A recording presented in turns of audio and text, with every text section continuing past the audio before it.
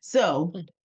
just kind of adding on to everything that Ylyss and Clarita have mentioned, bookkeeping is really the foundational piece as a business owner, an investor, an entrepreneur, right? Like you need to know what your numbers are. And again, just to reiterate what was mentioned, it isn't just used for taxes, even though it is a very big component of being able to prepare your taxes, but it's also used for funding, right? Like if you're going to either bring on investors into your business, going to invest in certain projects, they're going to want to know what your financial statements look like. And if you don't have those, it's going to make it difficult, generally speaking, to either expand or add in more resources for your business. So it's really important to understand these different components that both Ylyss and Clarita are mentioning, because it is really a foundational piece of your business. And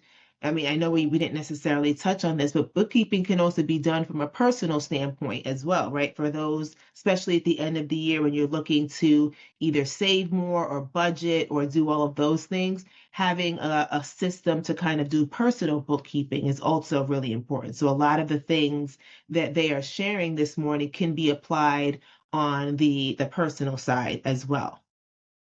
And also, as Clarita had mentioned, when we were initially putting together the information for the workshop today, we were a bit more focused on the hospitality industry. But I also want to say that a lot of the things that I'm going to mention are applicable to all businesses, right? Like not necessarily just in the hospitality field. So these are certain strategies that most businesses often miss, right? And so to start with, and I think we've already also talked about some of this, is the everyday costs that happen within a business, right? Whether you're purchasing equipment, whether you're purchasing materials for your business, whether that's a specific I don't know, I would say a copy or a certain type of machine that you need to use in your business, computers, printers, like all of these things can be considered equipment. And oftentimes, depending on how much this particular piece of equipment costs, we don't necessarily want to just directly take that as an expense, or sometimes we can't directly take it as an expense. It sometimes has to be capitalized or in tax talk depreciated over time in order to be able to capture the expense of what you've purchased. And that's also used as a tax strategy, right? Because sometimes you want to be able to spread out this expense over time to be able to give yourself future deductions and future tax credits in the upcoming years as you continue to make money in the business. So understanding what you're already doing from an everyday stance in your business and how that can be deducted or leveraged as a cost from a tax perspective.